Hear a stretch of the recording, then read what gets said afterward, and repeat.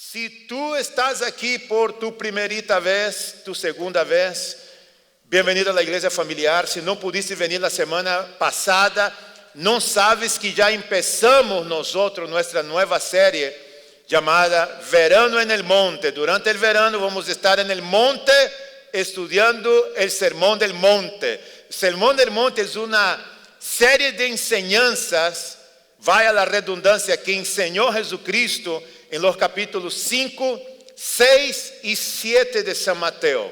La semana pasada nosotros estudiamos las 8 bienaventuranzas, o la misma traducción para felices o dichosos, 8.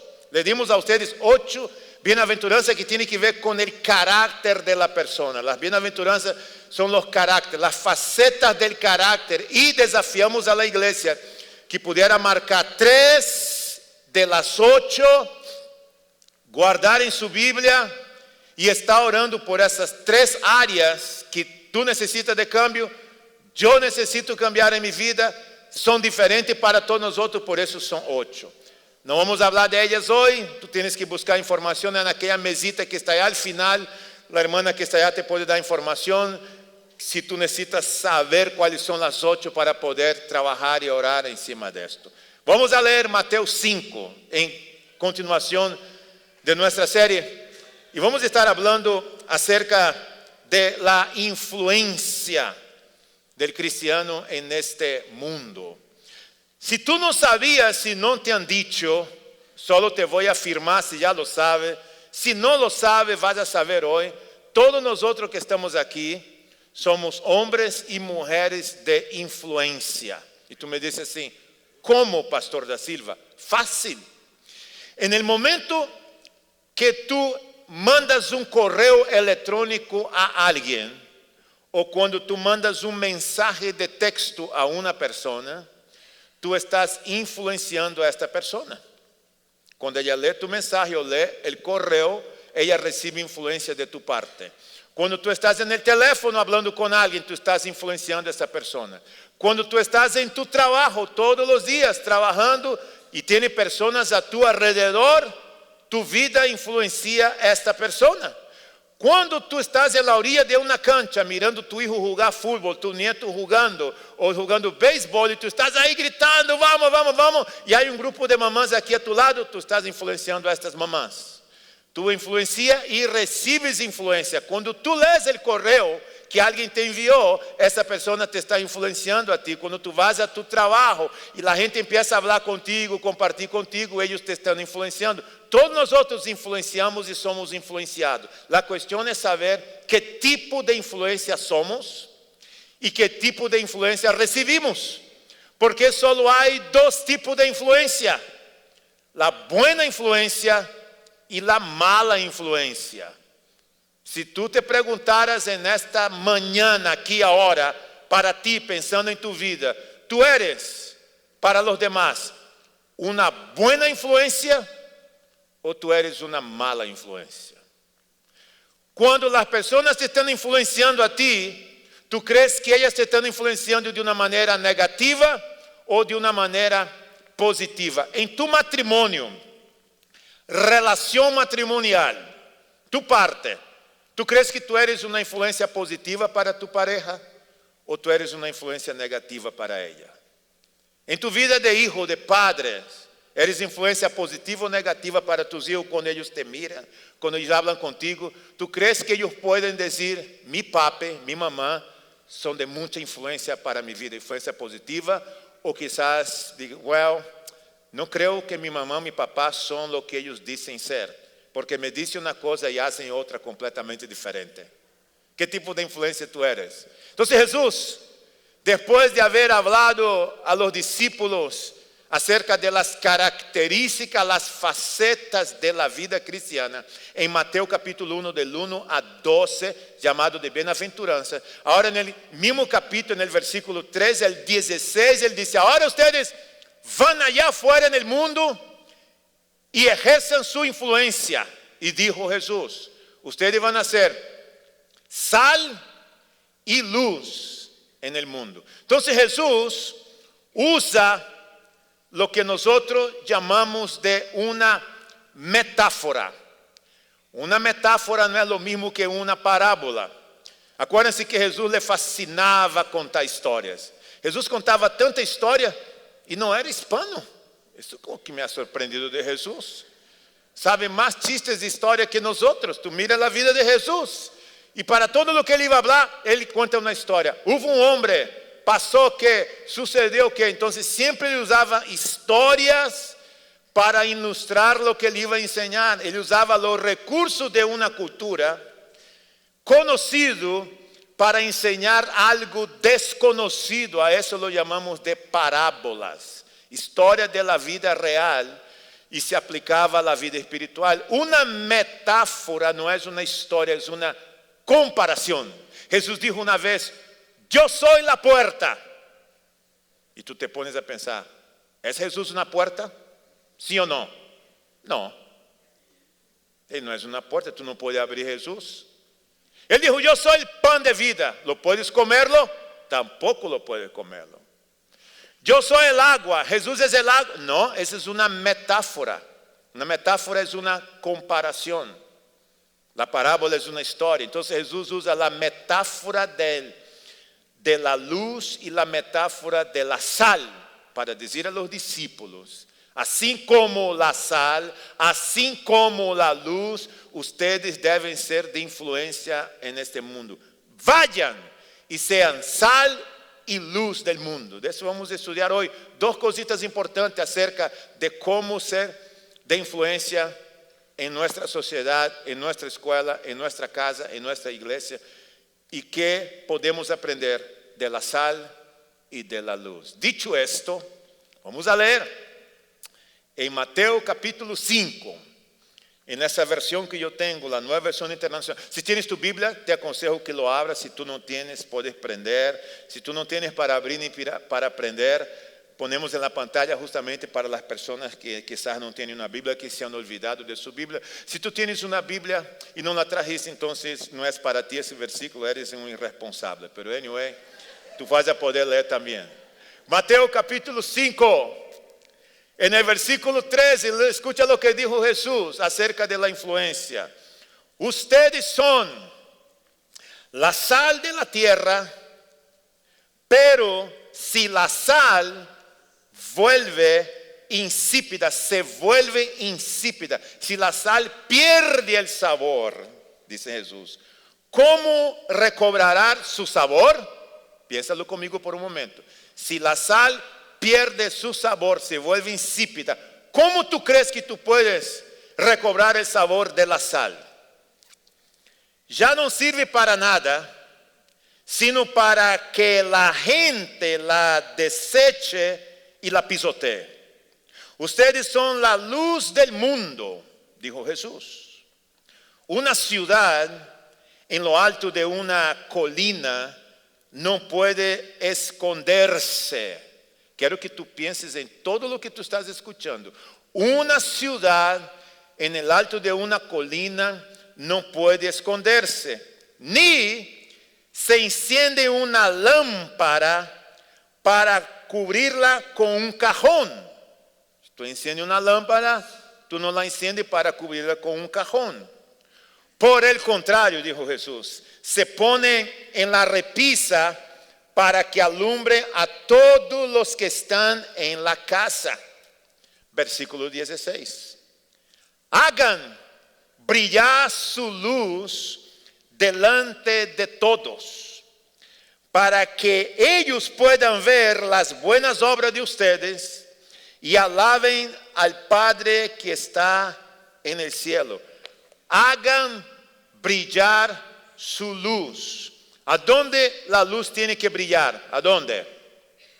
En las tinieblas, porque la luz no brilla donde hay luz. Si ahorita nosotros somos un grupo de cristianos y somos luz y tenemos la luz de Cristo aquí en la iglesia, tú no brillas.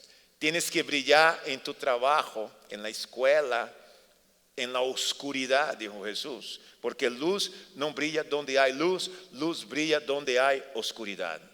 Hay dos cositas solamente. Imagínate tú, venir de una semana que nuestra prédica fue de 8 puntos para hoy, de solo 2. Y algunos dicen, gloria a Jesús, pastor, qué bueno que yo vine hoy. De 2 puntos, porque 8 no iba a aguantar. Right? Entonces toma tu hojita y tú vas a tomar nota para ti. Vamos a pensar acerca de los cristianos influyentes. Tú eres una mujer, un hombre de influencia. La primera cosa importante es que la sal, los cristianos que son hombres y mujeres de influencia, los cristianos influyentes, son 2 cosas solamente, de acuerdo a ese texto. Son sal a un mundo deteriorado. Somos la sal a un mundo deteriorado, quebrantado, roto. Perdón por la expresión, pero nuestro mundo está podrido. Y la función de la sal es hacer que esta carne no se pudra. Por eso es una de las funciones de la propiedad de la sal. Estamos en un mundo podrido y Jesús dijo, ustedes son la sal. Ustedes son la sal. Ya ustedes que nos conocen saben, varias veces hemos hablado una y otra vez aquí con mi señora sobre nuestra vida allá en la selva. En mi clase y otro día yo tomé 1 hora y enseñé varias fotografías y conté a mi clase toda nuestra historia cuando era soltero todavía. ¿Cómo fue que Simone hizo para conquistarme a mí? O sea, las mujeres siempre piensan que es el hombre que tiene que conquistar a la mujer. Yo no entiendo de dónde ustedes sacaron esa idea. Es realmente la historia al revés, pero a las mujeres no les gusta decir esto. No les gusta. Pero Simone sabe. Ella hizo todo para conquistarme, todo. Las veces que ella tenía que venir atrás de mí, escribirme, llamarme, yo, no, tranquila Simone. Yo conté toda esa historia, le enseñé la foto de cuando estaba muy jovencito, pero cuando uno vive 10 años de su vida, no son 10 días, 10 años de su vida en la selva, donde no hay electricidad, donde no hay nada de lo que tenemos acá, tú aprendes muchas cosas y haces cosas que tú nunca has hecho. Y una de las cosas, 2 cosas interesantes, pero una de las cosas que mucho me impresionó cuando yo llegué, era cómo los indígenas usaban la sal. Yo estaba en una frontera de Perú, Brasil y Colombia, en Leticia, viviendo en el lado brasilero, a 8 horas de barco de la frontera hacia la selva amazónica. Los indígenas tenían que pararse, pescaban, tomavam su pescado, viajavam casi um dia todo para chegar a Letícia, e eles então faziam o câmbio do pescado por el café, por el açúcar, pero sobre todo com a sal. A sal era muito importante porque na selva amazônica não há eletricidade. Como não há eletricidade, não há nevera, não há congelador, não há nada, não há como conservar o alimento. E aí tu vives para ir a la búsqueda de tu alimento. Los hombres salían a cazar y a pescar. Pasaban días haciendo eso. Traían el pescado, la carne de mono, de venado. Yo le dije a los hermanos en el primer servicio que yo comí mucho manatí, pero no pueden decir a la gente aquí en la Florida. Pero yo comí mucho manatí y mucho mono. Carne de mono es una carne dura, manatí es una carne riquísima. Y en la selva, todo lo que respira, tú comes. ¿Ok? Ay, pastor, yo nunca comería. Sí, porque nunca pasaste hambre de verdad. Pero si tú estuvieras allá y es lo único que hay, una culebrita asada con un poquito de sal y limón, tú te ibas a echar. Sí, ahora tú, ay, no sé qué, porque tienes el chile, tienes rinconcito colombiano, tienes no sé qué. Pero allá no tenemos nada de eso. Entonces el asunto es que la única forma de conservar el alimento es sazonando el alimento. Los hombres iban y traían los animales, la carne y el pescado. Se lo entregaban a las mujeres mayores, las señoras, es un sistema matriarcal, las abuelas son las que se encargaban de limpiar la comida y dividirla en familia, porque todo se divide en familia. Entonces ellas limpiaban todo limpiaba. Y ahí los jóvenes venían y traían las bolsas de sal y tienen que echar la sal sobre esa carne, sobre ese alimento, ese pescado, y van empalando así. Pero antes de hacer eso, tiene que poner la sal y llevar al sol caliente del Amazonas, porque el sol caliente en contacto con la sal en la carne quitaba o quita toda la humedad de la carne, quita la humedad y la carne se seca, literalmente se seca por la sal con el sol. Se guarda eso y eso tú puedes comer por un año sin echar podrido, sin perderse. Tú vas allá y tú tienes tu pescado, tu pedacito de mono para comer. Y ahí tú no tienes problema, porque es increíble lo que hace la sal. Eso es una de las cosas que mucho me impresionó, la vida en la selva, la forma de cómo la sal conservaba el alimento. Cuando Jesucristo está hablando a los discípulos y está diciendo, ustedes son la sal, ustedes tienen esta propiedad de la sal. Los cristianos que vivimos en un mundo tan decaído, tan podrido, en un aspecto nosotros preservamos ese planeta. Porque déjame decirte algo. Piénsalo por un minuto conmigo. Si en todos los 5 continentes que hay en el planeta Tierra, todos los millones de cristianos que hay, diferentes iglesias, denominaciones, gente que ama a Dios, cristianos en ese mundo. Piénsalo por un momento si hoy, si Dios decidiera sacar a todos los cristianos del planeta,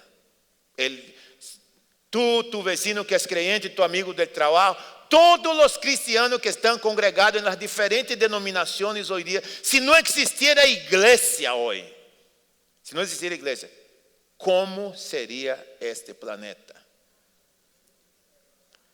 Si con la iglesia es tan perverso y tú sabes cómo está, imagina sin la presencia de la iglesia. En un sentido, la presencia del cristiano en el mundo frena el pecado. Porque piensa en tu vida, piensa en mi vida. Yo no conocía a Cristo, vengo de una familia completamente perdida, de una familia de alcohólicos, una familia sin Dios. Conozco al Señor, mi papá conoce al Señor, mi mamá conoce al Señor, mi papá deja el alcoholismo, mis hermanos conocen al Señor. Nuestra vida que iba a un rumbo, a un abismo, es transformada, cambiada en un sentido cuando el Evangelio viene a nuestra vida, cambia nuestro rumbo, frena el pecado, es uno menos para vivir en aquella vida inmoral que vive ese planeta. Entonces los cristianos en ese sentido conservamos ese mundo. El lugar a donde tú vas, tú haces la diferencia por la vida que tú tienes. Porque cuando Jesús dijo, ustedes son la sal, lo que Él está diciendo es, ustedes son diferentes. Ustedes son diferentes. Completamente diferentes. Porque la sal es diferente. La sal produce sed. Si tú comes mucha sal, tú tienes mucha sed. Te puedes imaginar un cristiano en el trabajo, en la casa, donde él esté produciendo esta sed espiritual en la vida de los demás. La gente mirando tu vida, tu conducta, la forma como tú piensas, como tú actúas y queriendo conocer el Dios que tú sirves gracias a tu testimonio, porque tu vida produce eso, esa sed. Pero una cosa más interesante acerca de la sal es que la sal no sirve para nada si tú no pones ella en contacto con la carne. Si tú tienes la carne del animal y tienes la sal a un lado, esta sal no sirve para nada hasta que tenga contacto con la carne. Y un grano de sal, un granito, no puede sazonar. Se necesita muchos granos para poder sazonar. ¿Te has dado cuenta de esto? Los brasileños tienen un asado llamado picanha. Y cuando hago una picanha, digo a la gente, me pregunta, ¿qué condimentos hay? No se pone condimento, el único condimento es la sal gruesa. Agarra la picanha, pone la sal gruesa, antes de poner en el fuego, La sal gruesa penetra en la carne y es lo que da sabor en esa carne, pero tiene que tener mucha sal. Tú dices, pastor, ¿va a estar ensalada? No, tú golpeas, la sal cae y la carne está cocida por adentro con la sal gruesa sin el condimento. Pero si no hay un contacto con la carne, no produce ningún efecto. Esa es la vida del creyente. Tú puedes ser un creyente, amar a Dios, pero sin contacto con una persona, sin Dios, no produces ningún efecto. Y a veces me entristece pensar, porque muchos años atrás en la vida cristiana, mi vida cristiana cuando yo crecí, yo aprendí el siguiente: los líderes de la iglesia donde yo estaba decían así, ustedes tienen que apartarse de este mundo. Y me decían que yo tenía que dejar de jugar fútbol. Yo decía, no, dejar de jugar fútbol yo no voy a dejar. Porque si Jesús viene hoy, me decían, y tú estás en la cancha del fútbol, y te encuentra ahí en esa cancha jugando fútbol, te vas a quedar, decían ellos. Y uno se sentía súper mal. Tienes que dejar de ver la novela brasileña. Bueno, yo no la veo, pero si Jesús viene y te encuentra en ese momento ahí en la sala, tú mirando esta novela brasileña, tú te vas a quedar. Entonces, cuando yo empecé la vida cristiana, había una lista de todas las cosas que yo no debería hacer. Entonces los cristianos construyeron una especie de un mundo aparte del mundo, a donde todos se llaman de hermanos, tienen el mismo vocabulario, conocen la misma canción, la misma teología, y no te puedes, no te involucres acá. Ahí viene Jesús y dice, ustedes son la luz del mundo. Ahí viene Jesús en Juan 17, empieza a orar y dice, yo les envío al mundo como el Padre me ha enviado a mí. Ustedes no son del mundo, pero están en el mundo. Padre, guárdalos del mal. Tú estás en el mundo, no eres del mundo, pero tienes que estar ahí, pero no practicas las mismas cosas que el mundo practica. Tú eres diferente. Tienes que ser diferente. Porque si tú eres igual a las demás personas no creyentes, entonces esta sal no está haciendo lo que ella debería de hacer. Es el contacto con la carne, es el contacto con la persona. No es solo un grano, somos muchos y hacemos la diferencia. En la segunda parte de ese versículo, Jesús dice algo interesante. Pero si la sal se vuelve insípida, ahí tú corres el peligro o caes en la tentación de hacer como algunos han pensado. Si la sal se vuelve insípida, ¿cómo recobrará su sabor? No sirve para nada. Hay algunos están pensando que Jesús dijo lo que él no dijo, pero la gente pone palabras en la boca de Jesús de cosas que él no dijo, pero suena como si él dijera. Porque algunos creen que Jesús está diciendo que si tú te vuelves insípido, quiere decir que como creyente perdiste tu salvación, porque tú eres insípido. Quiere decir, algunos dicen que ese texto está diciendo que ahora tú ya no sirves para más nada. Y no puedes recobrar tu sabor. No es eso que Jesús está diciendo. Por eso es una metáfora. Él no usa una persona como ejemplo, él usa la sal como ejemplo. Porque en aquel contexto, en aquel tiempo, en el Mar Muerto, ensalado, era muy común mezclar la sal con algunos minerales. Pero el problema es que cuando llovía, prácticamente se lavaba esta sal, el mineral se quedaba un polvo blanco que no servía para nada, perdía su propiedad y la gente tiraba en las calles y la gente que pasaba ahí pisoteaba en la sal. Eso es lo que Jesús está diciendo. No sirve para nada, nada se pisotea porque no va a cumplir con su propiedad. Pero él no está diciendo en ningún momento que eso es lo que pasa con un cristiano, pero cuando tú miras la vida de un cristiano y pensara conmigo por un momento, ¿qué sería un cristiano insípido? No está hablando de perder salvación. ¿Qué sería de un cristiano insípido? Y quizá pudiéramos hacer una lista tú y yo. Un cristiano insípido será aquel que perdió el sabor por su relación con Dios. Antes tenía una relación más estrecha con Dios. Antes tenía el placer de leer la Biblia. Antes tenía el placer de orar con Dios, de compartir la palabra de Dios. Hoy no comparte, no lee, no ora. Tenía el deseo de dar testimonio y tener contacto con gente en conversa hoy, no hace. Su vida moral, un mal testimonio, fracaso en su vida, se volvió insípido en ese contexto. Pero recuerda, Jesús dijo, somos la sal. Como cristiano, tú tienes estas propiedades de la sal.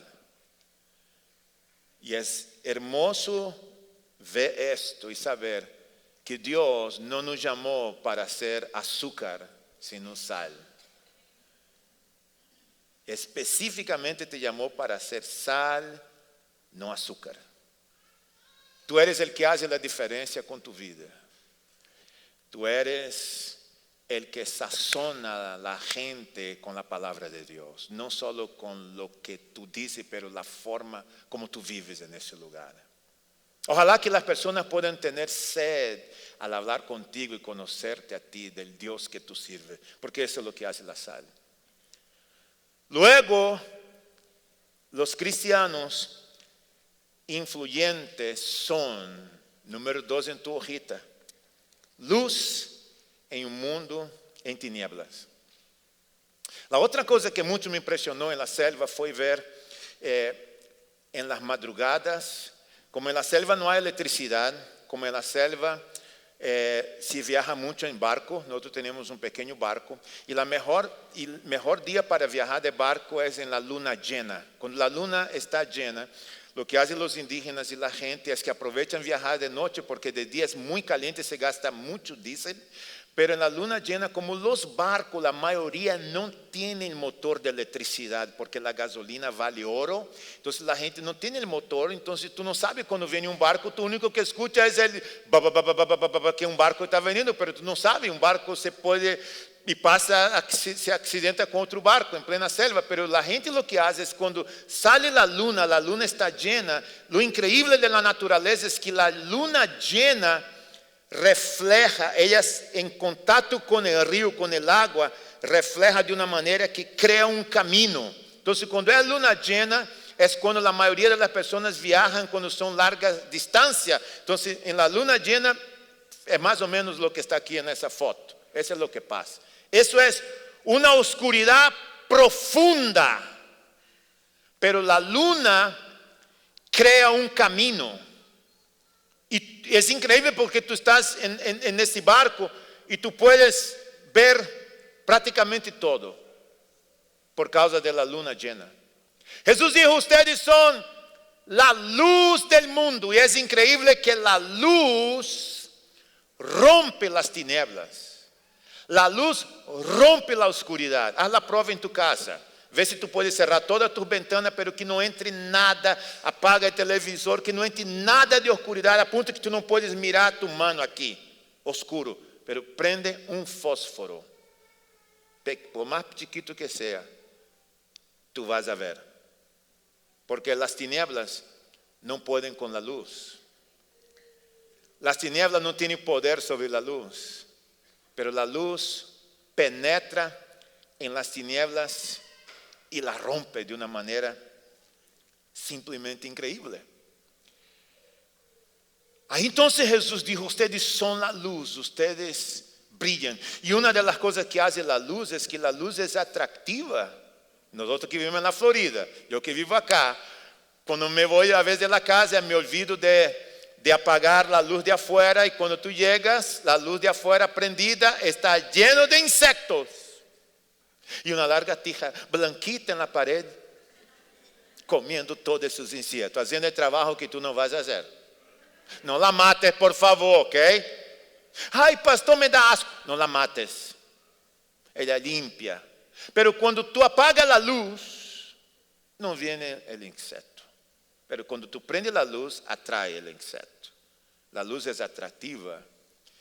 Es lo que dijo Jesús. Ustedes son la luz.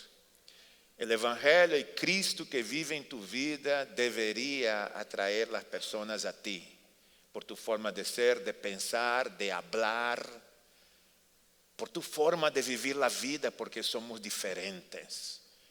Cuando tú penetras en la oscuridad, tú rompes la oscuridad con tu vida.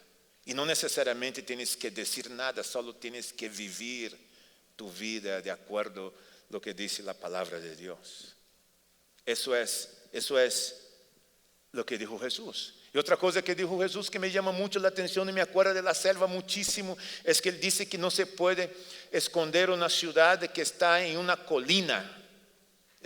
Eso es, ustedes son la luz del mundo. Una ciudad en lo alto de una colina no puede esconderse. Entonces, cuando tú estás viajando en el río Amazonas, 4 días en ese río, con tu familia, dormindo en las noches en la orilla del río, peligrosísimo, y vas, lo único que tú quieres es llegar. Ahí, en la colina, allá arriba, después de días viajando, tú logras ver la puntita de la casa de paja donde tú vives. Y eso te da una esperanza, una alegría, te mueve algo por adentro, porque tú ya sabes que vas a llegar, porque esa ciudad te atrae a ti. En aquel entonces, en la época de Jesús, era muy común construir las ciudades en las colinas. ¿Sabe por qué? Porque las ciudades en las colinas era más difícil para los enemigos venir y destruirte. Es más fácil para que tú pudieras defenderte desde la colina. Y otra cosa es que la colina, la brisa, el aire que corría arriba, mucho mejor que abajo. Por eso muchas ciudades fueron construidas en montañas para defenderse de los enemigos. Y cuando tú estás en una montaña y ves la casa allá arriba, tú no puedes esconder esa ciudad porque ella está en una colina. Y cuando tú estás viajando y sientes que va a llegar, yo me acuerdo de esta época. Essa é uma foto de nós viajando por 4 dias com Simone e com Thaís. Em 1987, quando Thaís tinha 6 meses de idade, já levávamos 4 dias nesta canoa, com um motor de solo 25 caballos. Todo lo que tu ves cubierto aí é gasolina e comida. E depois de estar sentado aí viajando sem ver civilização, não há civilização, porque íbamos a la tribu onde nós estávamos. E quando tu ves, então, nessa tribu, há uma casa que está construída sobre a colina e que tu pode verla de lejos. Essa é nossa casa, essa é a mansão que eu prometi a Simone quando me casei com ela. Eu cumpri minha promessa. Déjame enseñar a casa aqui a vocês. Ok? Homem de palavra, senhoras e senhores. Te voy a dar la casa y un transporte. Le deu una canoa y esa casa que está ahí. No hay electricidad adentro, todo es oscuro. 40 personas viviendo ahí, incluyendo perro, puerco, todo el mundo. Pero tú podías ver la casa desde lejos, porque tú no la puedes esconder. Lo que Jesús está diciendo, gracias por la foto, es que tú como creyente no te puedes esconder. No te puedes esconder, tú no fuiste hecho para esconderte. Tú no puedes prender la luz y guardarla debajo de un cajón. Tú le pones arriba para alumbrar toda la casa. Tú eres esta luz. Somos tú y yo que alumbramos, fomos llamados para esto. Eso es lo que Jesús está diciendo. Tú eres la sal, tú eres la luz. Hace unas semanas atrás, una persona me llamó, un querido pastor que conozco del downtown, me dijo: Pastor da Silva, tengo una pareja que necesita consejería matrimonial, ellos se quieren casar. La primera persona que pensé fue usted, porque eso es lo que usted hace, etc. Yo dije: that's okay, envíalos. Y la razón por la cual te estoy llamando es que él habla solamente inglés, ella sabe bien poquito de inglés. Ella es de Sudamérica, ellos se conocieron, son 2 personas muy preparadas, pero me gustaría que usted pudiera ayudarlos. Vinieron a la oficina. Cuando ellos entraron, yo que soy una persona muy seria, me controlé, tuve que controlarme, lo recibí, lo senté en la oficina, empezamos a hablar. Y una pareja súper interesante. Yo les pedí que me contara su historia.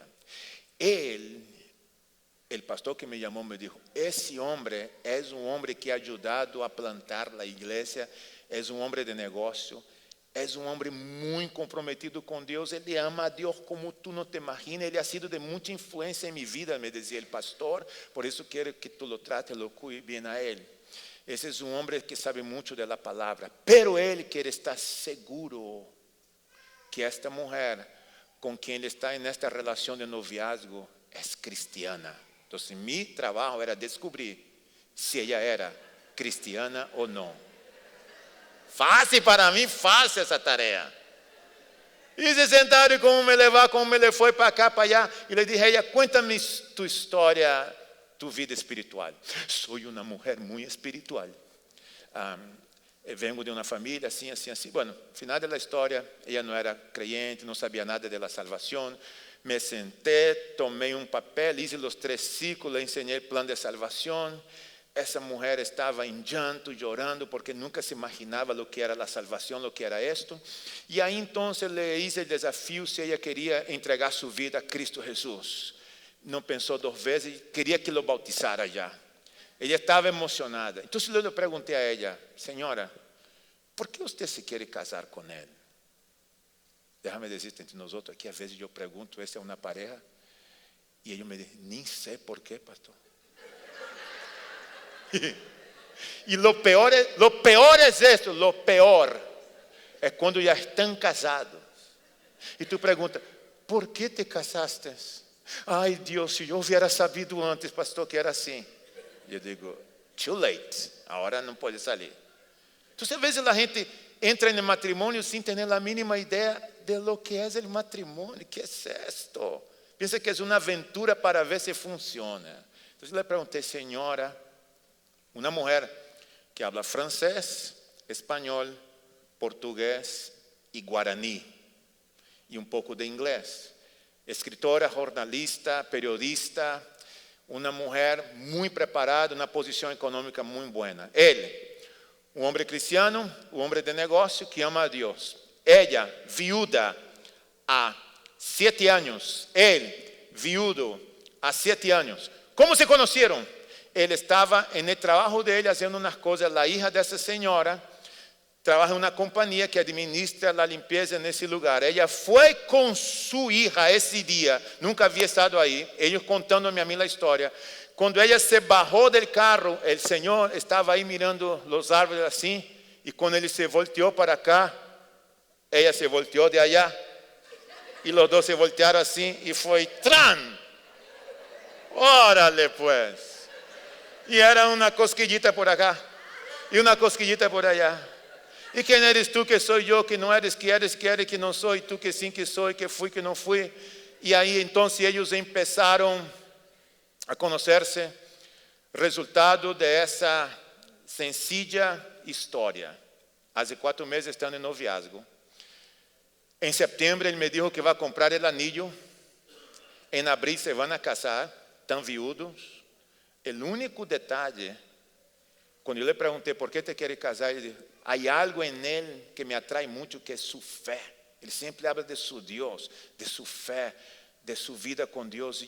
E essa é uma das coisas que me atrai muito a ele. Ele é luz para ela. O único detalhe sencillo é que ele tem solamente 85 anos e ela tem 75. O sea, ella está 10 años más joven. Aquí están los dos para que ustedes sepan que esa es una historia verdadera. Okay.